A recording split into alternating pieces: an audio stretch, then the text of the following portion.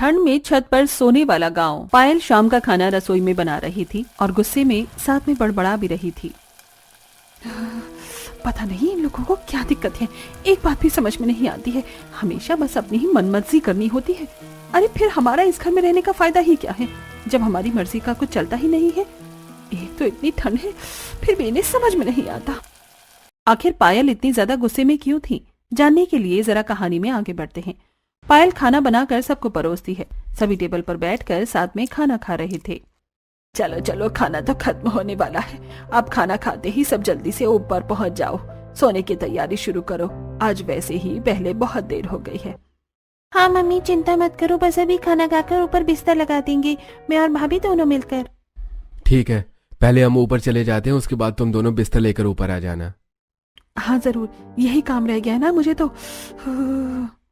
सभी खाना खा लेते हैं और उसके बाद पायल और रिया दोनों मिलकर छत पर जाकर बिस्तर लगाने लगती हैं।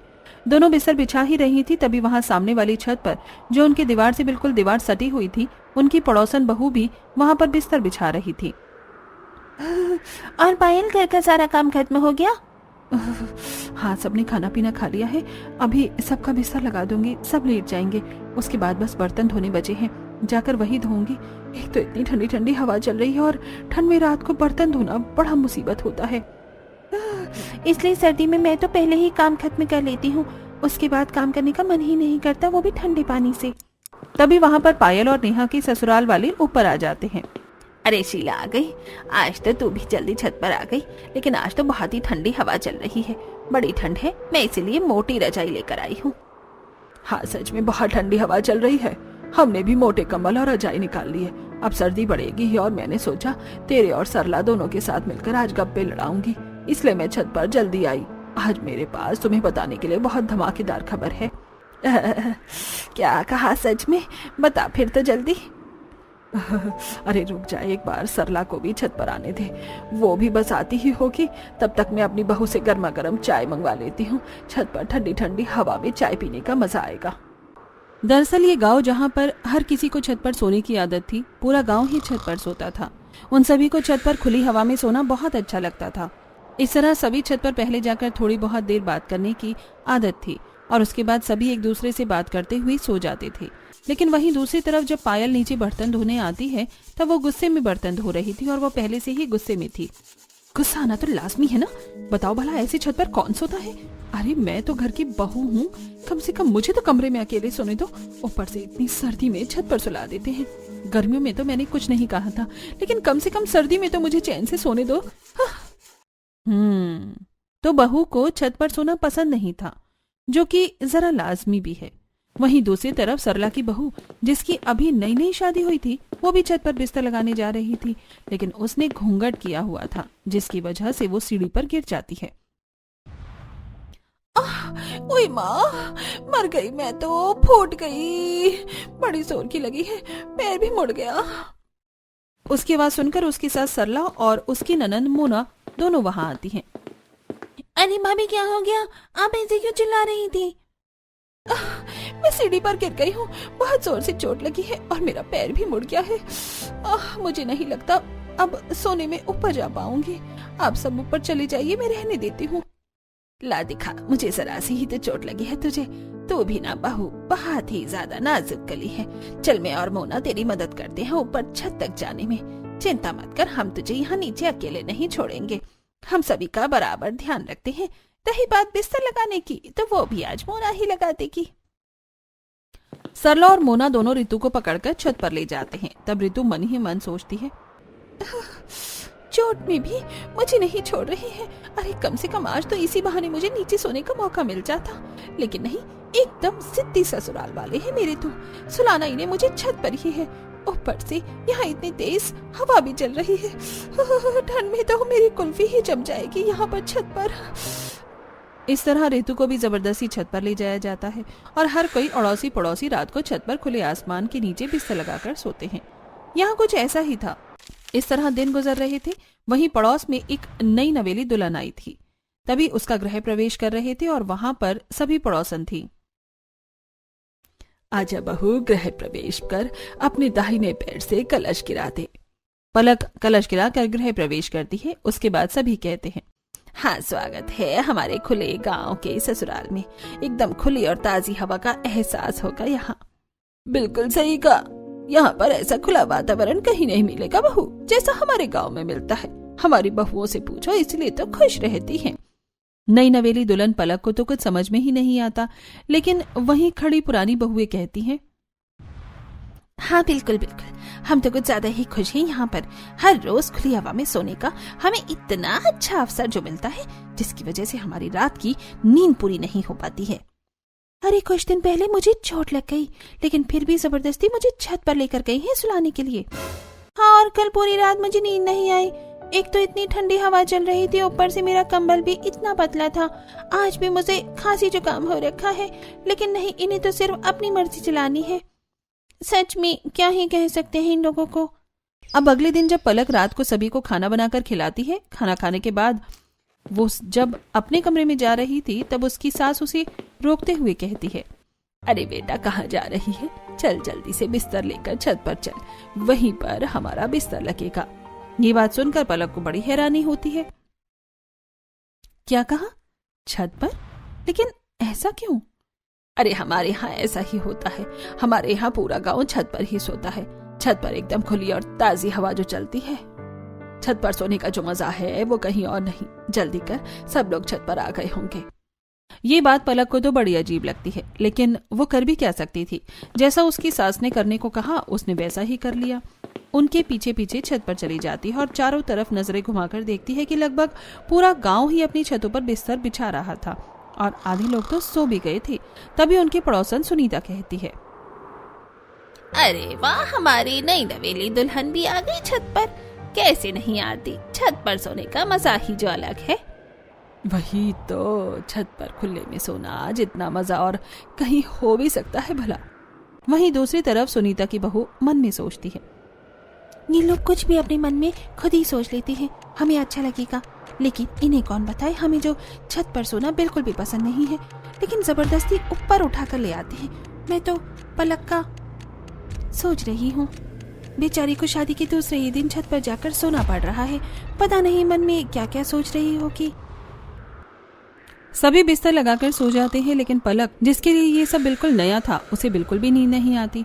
वो आंखें खोलकर देखती है कि उसके पूरे ससुराल वाले आराम से खर्राटे मारकर सो रहे थे। वो बड़ी परेशान हो जाती है। यार, यहाँ छत पर कितनी तेज हवा चल रही है। मेरे ससुराल वाले नहीं, मुझे तो लगता है पूरे गांव वाले ही पागल हैं। भला ऐसी सर्दी में इतनी ठंडी हवा में छत पर कौन सोता है? सभी लोग कैसे खर्राटे मारकर सो रहे हैं? मुझे तो बिल्कुल नींद नहीं आ रही, मुझे तो बहुत ठंड लग रही है। इस तरह पूरी रात ठंडी हवा में पलक की कुल्फी जम जाती है। वो पूरी रात एक पल भी चैन से नहीं सो पाती और बस करवट बदलती रह जाती है। अगले दिन सुबह पलक सभी को चाय बनाकर देती है। ठंड में सुबह सुबह चाय का अलग ही मजा है। अच्छा बहू, एक बात बता, रात को तुझे मजा आया ना ऊपर सोने में? हे भगवान, ये कैसा सवाल हुआ? मजा तो आया ही होगा माँ। अब ठंड में यहाँ पर इतनी खुली और ताजी हवा में छत पर सोने का मौका मिलेगा तो हर किसी को अच्छा तो लगेगा ही। हे भगवान, मुझे तो मेरा पति भी बिल्कुल पागल ही लगता है। ठंड में छत पर कौन सोता है? इस तरह सभी गांव वाले हर रोज छत पर ही सोते थे, लेकिन बहुओं को बिल्कुल भी नींद नहीं आती थी। ना तो उन्हें बिल्कुल भी आदत थी छत पर सोने की, और ऊपर से उन्हें बहुत सी परेशानी भी होती थी।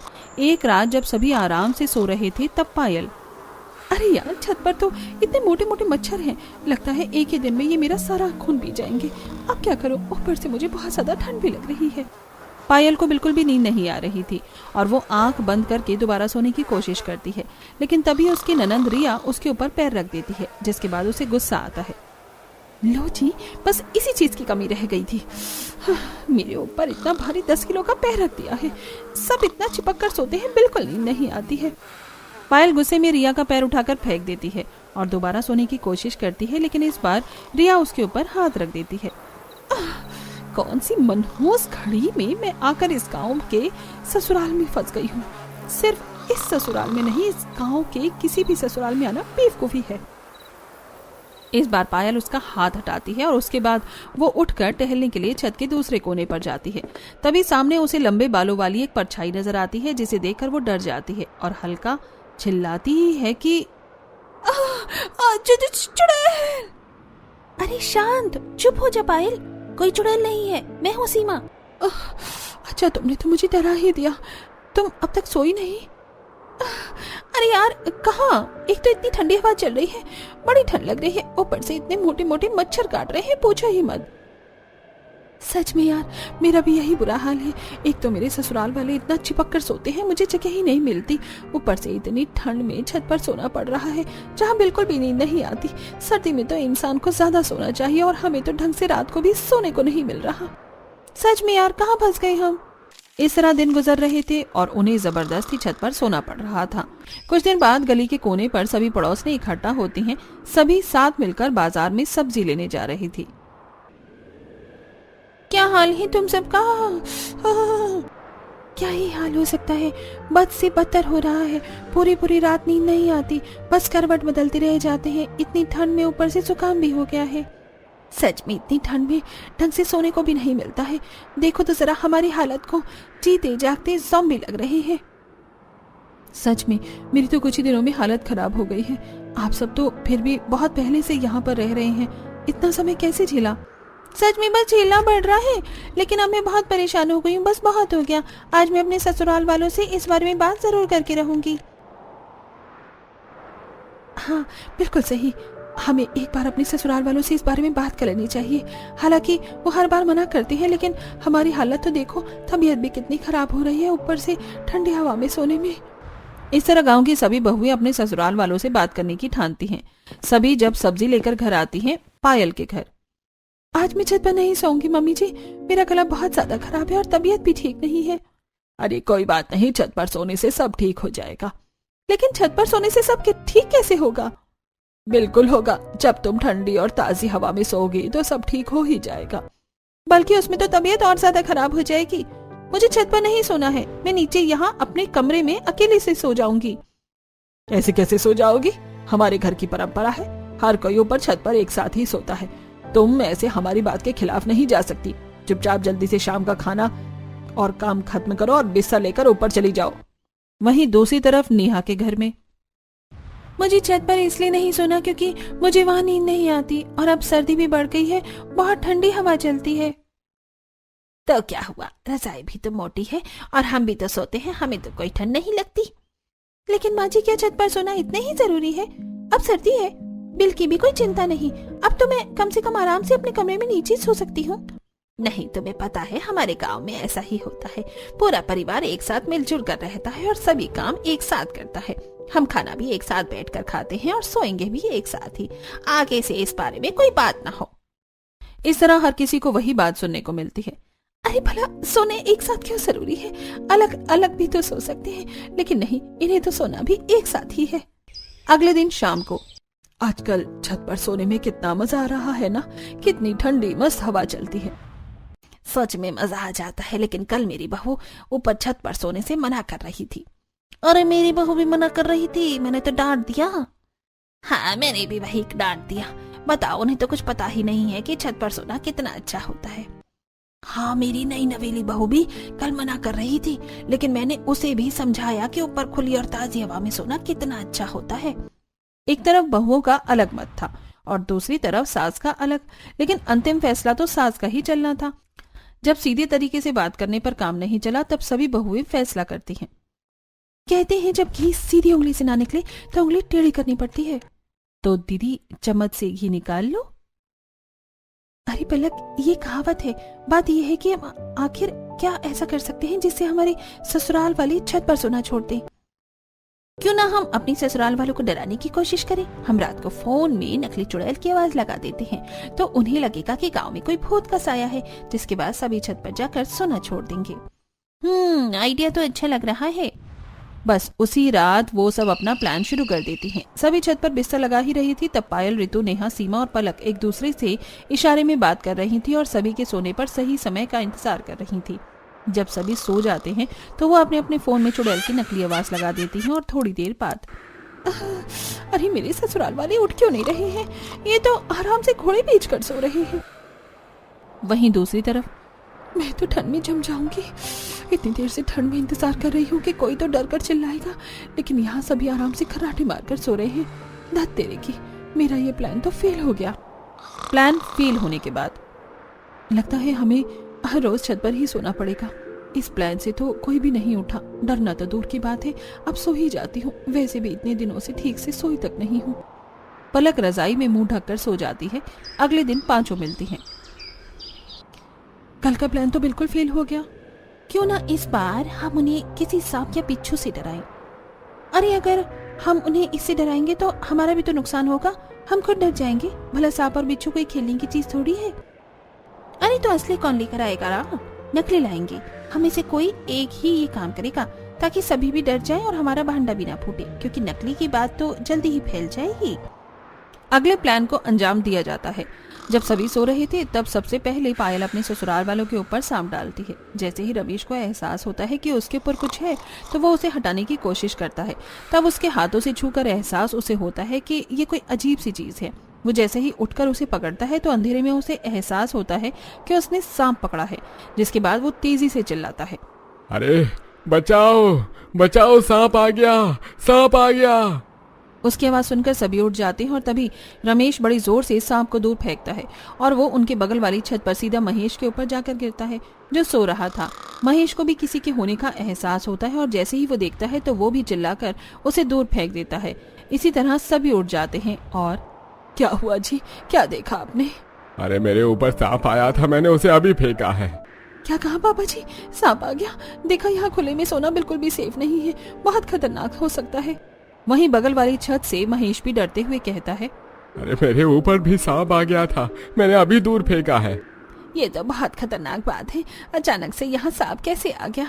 देखो वो कोने में पड़ा है, हमें लाइट जलाकर देखना चाहिए, उसे भगाना चाहिए, नहीं तो खतरनाक हो सकता है।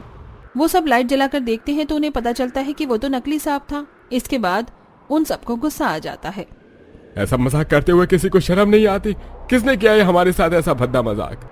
अरे सच में ये तो बहुत गलत बात है, किसी को ऐसा नहीं करना चाहिए। बताओ कितनी ज्यादा गलत बात है। अगर हमें पता चल गया ना ऐसा मजाक किसने किया है तो हम उसे छोड़ेंगे नहीं। सोते हुए भी कोई किसी को डराना अच्छी बात है क्या? उन पांचों को जब एहसास होता है कि उनका भांडा फूट गया है तब सभी नर्वस होती हुई कहती हैं, सच में आंटी जी आप बिल्कुल सही कह रही हैं। जिसने भी ऐसा मजाक किया है बहुत गलत किया है। हाँ बिल्कुल सही किया। भला ऐसे सब करना भी शोभा देता है क्या? वही तो बहुत गलत बात थी। ये तो शुक्र है कि असली सांप नहीं था, लेकिन अगर असली सांप छत पर आ जाता तो कितना गलत हो जाता। हमें ऐसे बाहर खुले में नहीं सोना चाहिए, थोड़ा सावधानी रखनी चाहिए। हाँ चलो, शुक्र था कि यह असली सांप नहीं था और असली सांप आएगा भी नहीं। चिंता मत करो, हम इतने सालों से छत पर सो रहे हैं, आज तक ऐसा कुछ भी नहीं हुआ। बस किसी मूर्ख इंसान ने नकली सांप फेंक कर भद्दा मजाक किया है। यहाँ असली सांप वगैरह कुछ भी नहीं आने वाला, सब आराम से सो जाओ। इस तरह सभी अगल बगल में छत पर एक दूसरे को समझाकर और बात करते हुए वापस से सो जाते हैं। फिर से पायल भीड़ में सोते हुए सोचती है, अब इतनी ठंड में छत पर ही सोना होगा। हे भगवान, मेरा तो दूसरा प्लान भी फेल हो गया। मुझे तो लगता है बुढ़ापे तक मुझे छत पर ही सोना होगा। तभी रिया अपना पर पायल पैर रख देती है। हाँ बस इसकी और कमी बाकी थी। इस तरह उन सभी ने अब हार मान ली और उनके ससुराल वाले यानी पूरा ही गांव छत पर सोना नहीं छोड़ सकता था। लेकिन वहीं दूसरी तरफ हर किसी की अब तबीयत कुछ ज्यादा ही खराब हो रही थी। अरे मुझे तो इतनी ज्यादा खांसी हो रही है, समझ नहीं आ रहा क्या हो रहा है। अरे मुझे खुद खांसी जुकाम हो रहा है, पता नहीं क्या है। गांव में लगभग सभी को एहसास हो रहा है। आप मेरी बात मानिए चाहे मत मानिए, लेकिन ये सब ऊपर छत पर सोने की वजह से ही हो रहा है। इतनी ठंडी हवा में हम छत पर सोएंगे तो तबीयत खराब होगी ही। नहीं, हम हर साल सर्दी में छत पर ही सोते थे, लेकिन पहले तो कभी ऐसा नहीं हुआ। हवा की वजह से ऐसा नहीं हो रहा है और थोड़ा बहुत तो हर सर्दी में होता ही है। इसकी वजह से हम खुली ताजी हवा में सोना कैसे छोड़ सकते हैं। वहीं दूसरी तरफ सीमा के घर में सबकी हालत खराब थी। अरे मुझे तो बुखार भी हो गया है, पता नहीं कैसा सर्दी का मौसम आता है, हर बार बीमार करके जाता है। मैं कह रही हूँ सब ऊपर छत पर ठंडी हवा में सोने से हो रहा है। ऐसा नहीं है, हम इतने समय से छत पर सो रहे हैं और मैं भी तो छत पर सोता हूँ, लेकिन मैं तो बिल्कुल ठीक हूँ, मुझे कुछ नहीं हुआ। सीमा की सास की तबीयत तो खराब ही थी, लेकिन उसके बच्चे की भी तबीयत खराब हो रही थी। फिर भी कोई समझने को तैयार नहीं था। बेटा ये बुखार की दवाई पी लो वरना तबीयत ज्यादा खराब हो जाएगी। नहीं मम्मी, दवाई बहुत ज्यादा कड़वी है, मुझे पसंद नहीं है। मैं जानती हूँ बेटा, दवाई कड़वी है, लेकिन तुम्हें दवाई तो पीनी ही होगी, वरना तुम ठीक कैसे होगे। अच्छा चलो दवाई पी लो, फिर मैं तुम्हें बहुत टेस्टी चीज खिलाऊंगी। जैसे तैसे करके बच्चे को समझाकर सीमा दवाई पिलाती है। सबकी तबीयत खराब थी, लेकिन फिर भी कोई भी छत पर सोना नहीं छोड़ रहा था। कुछ दिन बाद सभी के टेस्ट करवाए जाते हैं और लगभग काफी ही लोगों की तबीयत ज्यादा खराब थी। जब गांव का डॉक्टर ये रिपोर्ट देखता है तो वो अपने जूनियर डॉक्टर के साथ गांव में कैंपेन के लिए जाता है। वहां पर वो सरपंच के साथ मिलकर सभी गांव वालों को इकट्ठा करते हैं। तो बताइए डॉक्टर साहब, ऐसी कौन सी बात है जो आप हम सभी गांव वालों से करना चाहते हैं और जो बहुत जरूरी है? क्या कोई समस्या है? हाँ सरपंच, बिल्कुल बहुत बड़ी समस्या है जो इस गांव में हवा चल रही है। ये बात सुनकर एक बार को सभी गांव वाले घबरा जाते हैं। लेकिन ऐसा क्या है जिसकी वजह से सभी गांव वालों को खतरा है? मैं आप सभी को समझाता हूँ। देखिए, आप सभी बहुत समय से ही छत पर सो रहे हैं, जो कि बहुत अच्छी बात है। हमें ऐसा करना चाहिए। छत पर ठंडी और ताजी हवा में सोने पर हमारा शरीर मजबूत होता है और इम्यूनिटी सिस्टम भी अच्छा होता है। अरे बिल्कुल सही कहा डॉक्टर आपने, इसीलिए तो हम सभी पूरा गांव मिलकर छत पर रात को सोते हैं। वहीं दूसरी तरफ बहू वाला ग्रुप, ये डॉक्टर सटिया गया है क्या? हमारी मुसीबत कम करने की बजाय बढ़ा रहा है। डॉक्टर आगे अपनी बात कहते हैं। हाँ बिल्कुल, हमारे पूर्वज भी पहले छत पर सोते थे, क्योंकि पहले बहुत सारे पेड़ पौधे होते थे, खुली हवा होती थी। पहले इतनी गाड़ियां और टेक्नोलॉजी भी नहीं थी, लेकिन अब धीरे धीरे जमाना बदलने लगा है, टेक्नोलॉजी होने लगी है। अब घर में हर फ्रिज, एसी, टीवी और बहुत सी बाइक और गाड़ियां भी हैं, जिसकी वजह से हवा दिन ब दिन दूषित होती जा रही है। खासकर सर्दियों के मौसम में, जिस समय पराली भी बहुत ज्यादा जलती है, जो कि पॉल्यूशन का बहुत बड़ा कारण है। अरे बिल्कुल सही कहा आपने, लेकिन इन सब बातों का क्या तात्पर्य है? इन सभी बातों का तात्पर्य है कि अब जो आज की हवा है वो पहले के जमाने की तरह बिल्कुल शुद्ध और ताजी नहीं रही, जिसकी वजह से हमारे शरीर में बहुत गंदी हवा जाती है। दिन में तो हमारी मजबूरी होती है घर के बाहर जाकर खेतों में काम करना या हमारा नौकरी करना, लेकिन रात को आप सभी की ऐसी कौन सी मजबूरी है जो आप सब छत पर सोकर इतनी गंदी हवा को अपने शरीर के अंदर लेकर जा रहे हैं? रात को तो हमारा शरीर रेस्ट करता है, सारी गंदी हवा को बाहर निकालता है, लेकिन आप सभी उसे रेस्ट देने के बजाय वही गंदी पोल्यूशन वाली हवा में सोकर अपने शरीर को और दूषित कर रहे हैं। ये बात सुनकर सभी गांव वाले हैरान हो जाते हैं और समझने की कोशिश करते हैं कि आखिर डॉक्टर सच में उनसे क्या कहना चाह रहे थे। ऐसे तो फिर इतना बड़ा खतरा क्यों मोल लेना, जिसकी वजह से हमारी तबीयत खराब होती है और ये हमारे स्वास्थ्य के लिए बहुत हानिकारक है। अरे बिल्कुल सही कहा डॉक्टर ने। तो आप सभी गांव वाले अगर अपने स्वास्थ्य को सही करना चाहते हैं तो सर्दियों में खासकर छत पर न सोया जाए, तभी पॉल्यूशन ज्यादा होता है और गर्मी में इतनी परेशानी नहीं होती। अरे तो गांव वालों सभी ध्यान से सुनो, हमारी पुरानी जो प्रथा थी छत पर सोने की, वो पुराने जमाने के हिसाब से ठीक थी, लेकिन बदलते समय के हिसाब से और बढ़ते पॉल्यूशन की वजह से अब हमें फैसला लेंगे कि छत पर कोई न सोए। खासकर सर्दियों में सभी अपने परिवार के साथ अब नीचे अपने कमरों में ही सोएंगे। इस तरीके से ऑफिशियली ये गांव के सरपंच द्वारा निर्धारित हो जाता है। सभी गांव वालों को भी ये बात समझ आ जाती है और वो भी छत पर सोने का फैसला छोड़ देते हैं। सभी डॉक्टर के पास जाकर धन्यवाद करती हैं। हमें खुशी है कि हमारी बात सुनने के बाद आपने सभी को समझाने का निर्णय लिया। हमारी मदद करने के लिए आपका बहुत बहुत शुक्रिया। ये तो मेरा फर्ज है, एक डॉक्टर का फर्ज है सबकी जान बचाना और उन्हें सभी सही चीज से अवगत कराना। जब मुझे पता चला कि तबीयत खराब होने के बाद भी कोई नहीं मान रहा है और ये बहुत खतरनाक भी है, तो मेरा मन नहीं माना पीछे हटने का। मैंने निर्णय लिया कि सभी को अगर इस बारे में समझाया जाए। सच में हम सभी इन्हें समझा कर परेशान हो गए थे, लेकिन कोई हमारी बात समझने को तैयार ही नहीं था। आपकी वजह से गांव की ये समस्या सॉल्व हो गई है। वो सभी डॉक्टर को धन्यवाद करती हैं और डॉक्टर वहां से चला जाता है। उन्हीं के कहने पर डॉक्टर सभी को समझाने आया था। अब इस तरह उन सभी को भी ठंड में छत पर सोने से छुटकारा मिल जाता है और अब गांववासी अपने परिवार के साथ नीचे अपने अपने कमरों में ही सोते हैं।